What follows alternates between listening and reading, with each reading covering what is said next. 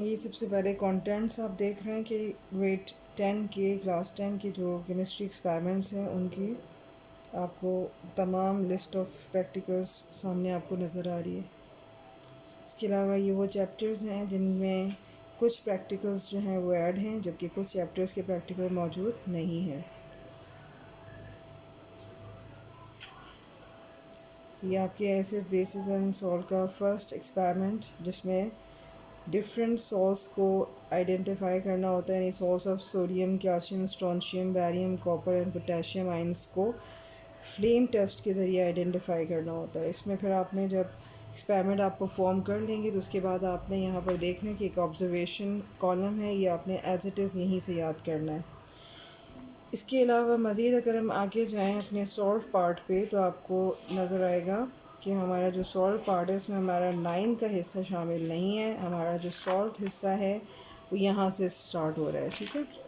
यहाँ से अगर आप देखें तो हमने वही एक्सपेरिमेंट 10.1 को एक प्रॉपर फॉर्म में अरेंज किया हुआ है आपके सामने कि किस तरीके से आपने इस पेपर को यानी अपने इस प्रैक्टिकल को अटैम्प्ट करना है। तो आपने इसमें सब कुछ अच्छी तरीके से याद करना है, चाहे वो आपका एक ऑब्जेक्ट हो, चाहे आपका मटेरियल रिक्वायर्ड हो जिसमें एपरेटस और केमिकल्स दोनों शामिल होते हैं, और साथ साथ आपने पूरा प्रोसीजर जो है वो अच्छी तरीके से इसको याद कर लेना है। इसके बाद आप मज़ीद देखते जाइएगा। So this is your next experiment related to the titration, which is also called volumetric analysis.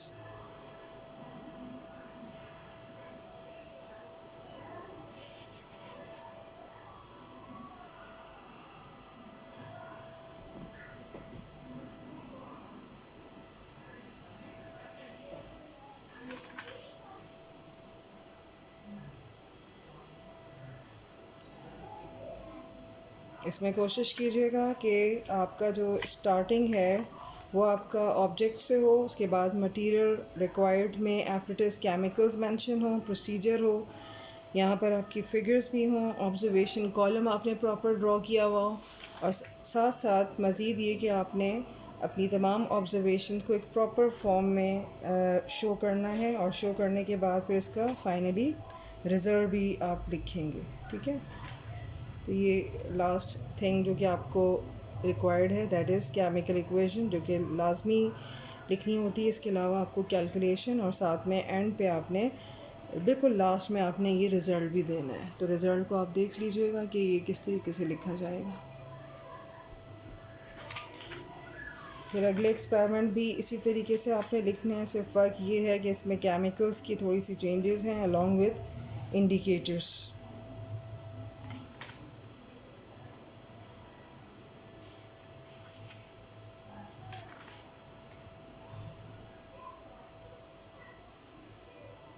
Chemical equation आप देख रहे हैं कि किस तरह से लिखनी है, और साथ साथ मुकम्मल कैलकुलेशन मौजूद है, और रिज़ल्ट भी आपने इस तरह से मेंशन करना है।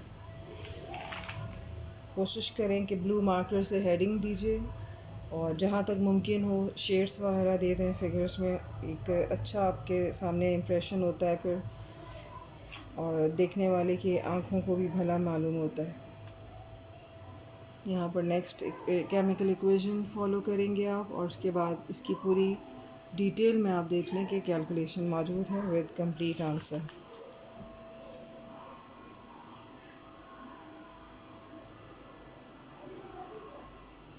एंड पे आप देख रहे हैं कि रिज़ल्ट भी है। रिज़ल्ट में molarity of oxalic acid is 0.05 m मौजूद है, जिसका मतलब है कि हर रिज़ल्ट दूसरे रिज़ल्ट से काफ़ी हद तक मुख्तलिफ होगा। ये नेक्स्ट एक्सपेरिमेंट आता है आपका।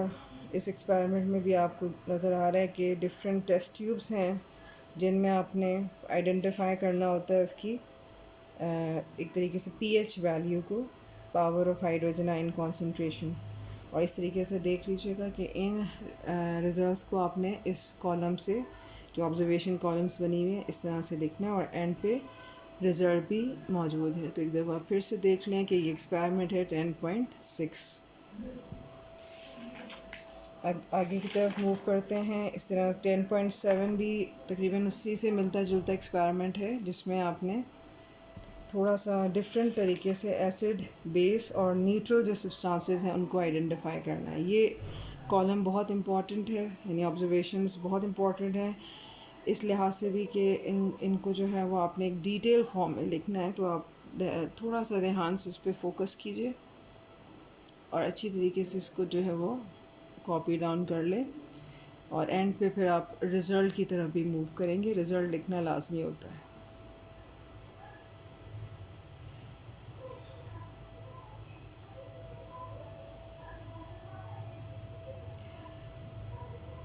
एक्सपेरिमेंट 10.7 के बाद आपने मूव करना है 11.1 की तरफ। 11.1 के जितने भी एक्सपेरिमेंट्स हैं उनमें आपने फंक्शनल ग्रुप्स को आइडेंटिफाई करना होता है। तो ये फिगर्स हैं, प्रॉपर तरीके से आपने ऐसे फिगर्स ड्रॉ करनी है और उसके बाद फिर आपने इनके ऑब्जर्वेशन कॉलम्स की तरफ जाना है, जिसमें फैलिंग टेस्ट और टॉलिंग टेस्ट की ऑब्जर्वेशन है जिनको अच्छी तरीके से याद करना है एंड मेक श्योर कि आपको ये तमाम टेस्ट जो है वो आपने परफॉर्म भी किए होंगे, तो लिहाजा आपको जल्दी याद भी हो जाएंगे। तो ये स्टेप्स हैं, अच्छी तरीके से तमाम एपरेटस, केमिकल्स और स्टेप्स को यानी प्रोसीजर को आपने अच्छी तरीके से याद कर लेना है। तो ये आपका एक्सपेरिमेंट 11.1 है for identification of aldehydes. Now 11.2 experiment जो आपके सामने इस वक्त है, इसमें कीटोन्स को, जो कि एक और फंक्शनल ग्रुप है, उसको 2,4-डाइनाइट्रोफिनाइल हाइड्रोजीन टेस्ट की मदद से आइडेंटिफाई करना है। इसमें भी एपरेटस, केमिकल्स एंड प्रोसीजर आपके सामने मौजूद है, जो कि आपके इतना डिटेल में तो नहीं है, लेकिन आपने इसी तरीके से लिखना और याद करना है। और साथ में ये ऑब्जर्वेशन है जिसको आपने नोट डाउन करके एंड पे इसका रिज़ल्ट मेंशन करना है कि ये जो ऑब्जर्वेशन आई हैं वो क्या आपको प्रूव करके बता रही हैं कि आपके जो कोई भी कंपाउंड आपको जो दिया गया है उसमें कौन सा फंक्शनल ग्रुप मौजूद है। फिर आपके पास आता है नेक्स्ट एक्सपेरिमेंट 11.3, जिसमें है कार्बोक्सिलिक एसिड का जिक्र and this identification can be done by using sodium carbonate and this test is called sodium carbonate test. इसमें भी इसी तरह से आपने तमाम डिटेल लिखने के बाद आपने मूव करना है इसके फिगर्स की तरफ। तो फिगर आपके सामने है and then you will write down the observation column which is the most important step of any experiment. End पे आपको नज़र आ रहा है कि रिज़ल्ट भी मौजूद है, तो आपने एंड पे ये रिज़ल्ट भी अपना मेंशन कर देना है। इसके बाद हम मूव करते हैं एक्सपेरिमेंट 11.4 की तरफ, जिसमें नेक्स्ट आइडेंटिफिकेशन आपकी है फ़िनॉल की by using ferric chloride test. और इसमें भी आपने उसी तरीके से मटेरियल, प्रोसीजर, इवन अगर आप समझते हैं कि प्रिकॉशंस भी आपको दरकार हैं तो आपने वो भी याद करनी है। और साथ में फ़िगर्स में शेड डालना या शेड करना बहुत ज़रूरी है। साथ में इसको प्रॉपर लेबल करें। किसी भी केमिकल के लिए ज़रूरी ये होता है कि आप उसके इक्वेशंस के साथ साथ उनके जो फार्मूला हैं वो अच्छी तरह से याद करके जाएं, क्योंकि जो एग्ज़ामिनर होते हैं वो लाजमी आपसे कोई इक्वेशन लिखवा लेते हैं या फिर आपसे ये कहते हैं कि इसका फार्मूला बताएं, या मोलर मास वगैरह के बारे में भी आपको आइडिया होना चाहिए। नेक्स्ट एक्सपेरिमेंट है आपका एक्सपेरिमेंट 12.1, जो कि saturated and unsaturated organic compounds के हवाले से, जिसको आपने पोटेशियम परमैंगनेट यानी KMnO4 टेस्ट की मदद से आइडेंटिफाई करना है। इसमें भी वही प्रोसीजर है, वही तरीका है कि आपने उसी हेडिंग के साथ स्टेप बाय स्टेप पॉइंट्स यानी नंबर्स की शक्ल में आपने तमाम प्रोसीजर लिखना है। और उसके बाद आप फिगर की तरफ मूव करें तो फिगर भी आपने इसी तरह से ड्रॉ करनी है with proper labeling and then most important thing observation column and in the end you will write down the result. ये आपकी ऑब्जर्वेशंस हैं जो कि आपने यहाँ से नोट डाउन कर लेनी है और इनको अच्छी तरीके से याद कर लें। फिर जाते हैं हम नेक्स्ट एक्सपेरिमेंट की तरफ, that is 13.1, which is about demonstrate that sugar decomposes into elements और अदर कंपाउंड्स। तो इसमें आप देख रहे हैं कि ये हमारा पूरा जो एक्सपेरिमेंट है that is actually related to sugar. तो इसका मतलब है कि आप यहाँ पर शुगर का फार्मूला अच्छी तरह से याद कर लें, आप वो तमाम मटेरियल याद कर लें और किस तरीके से आप इस एक्सपेरिमेंट को परफॉर्म करेंगे, दैट इज़ प्रोसीजर यानी तरीक़ेकार, और एंड पे प्रिकॉशंस और मोस्ट इम्पॉर्टेंट थिंग जो कि आप यहाँ पर इंटरलीव पेज पे लिखते हैं यानी फिगर बनाते हैं, केमिकल इक्वेशन नज़र आ रही है आपको कि केमिकल इक्वेशन की हेडिंग दे के फिर उसको आप केमिकल इक्वेशन को बैलेंस फॉर्म में आपने लिखना है, और फिर ऑब्जर्वेशन कॉलम, ये आपके सामने ऑब्जर्वेशन कॉलम है, and in the end you will write down results, कि जो भी रिज़ल्ट होता है एक्सपेरिमेंट का वो आपने लिखना होता है, क्योंकि इसके बगैर फिर आपका एक्सपेरिमेंट वेरीफाई नहीं होता कि आपने क्या आइडेंटिफाई किया है, क्या डिटेक्ट किया है.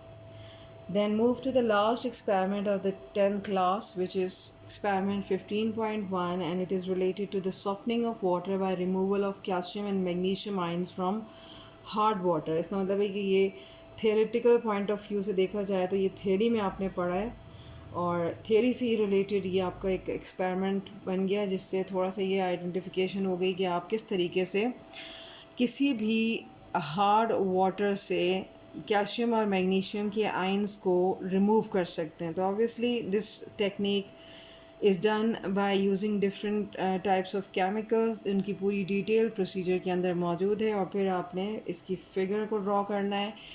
फिगर में टेस्ट ट्यूब्स आपको क्लियरली नज़र आ रही हैं विद ABC लेबल, एंड फिर उसके बाद आपने ये ऑब्जर्वेशन कॉलम मेंशन करना है, यानी इसको कंप्लीट करते हुए इसकी तमाम डिटेल बतानी है कि किस तरीके से आपने डिफरेंट टेस्ट ट्यूब में जो एक्सपेरिमेंट परफॉर्म किए थे उसका क्या आपके सामने रिज़ल्ट आया. तो वो सारी डिटेल आपने ये लिखनी है कि lather is formed, scum is produced. तो ये तमाम चीज़ें ये इंडिकेट करेंगी कि आपके हार्ड वाटर में क्या चीज़ थी जिसको रिमूव करने के बाद आप उसे सॉफ्ट वाटर में तब्दील कर सकते हैं. तो ये आपकी ऑब्जर्वेशन है, that is related to your experiment 15.1. उसके बाद हम मूव करते हैं अपने रिज़ल्ट्स की तरफ 15.1 के, जिसमें डिटेल में आपको पूरे रिज़ल्ट जो है एक कंप्लीट फॉर्म में नज़र आ रहे होंगे. तो आपने इसको यहीं से कॉपी डाउन कर लें या स्क्रीनशॉट ले लें ताकि आपको ईज़िली तमाम एक्सपेरिमेंट्स लिखने में आसानी हो. तो ये तमाम एक्सपेरिमेंट्स जो स्टेप बाय स्टेप आपने 5 स्टेप्स में यानी 5 डिफरेंट स्टेप्स में परफॉर्म किए हैं, इनको आप जो है वो इस तरीके से लिख लें, और इस तरीके से आपको समझ में आ जाएगा कि आपने वो तमाम टेस्ट ट्यूब में जितने भी एक्सपेरिमेंट परफॉर्म किए हैं. ये एक 6 भी है, और उसके साथ साथ आपकी मोस्ट इम्पॉर्टेंट थिंग यानी केमिकल इक्वेशन जिसको आपने लिखना है. This is the part of your chemistry practical.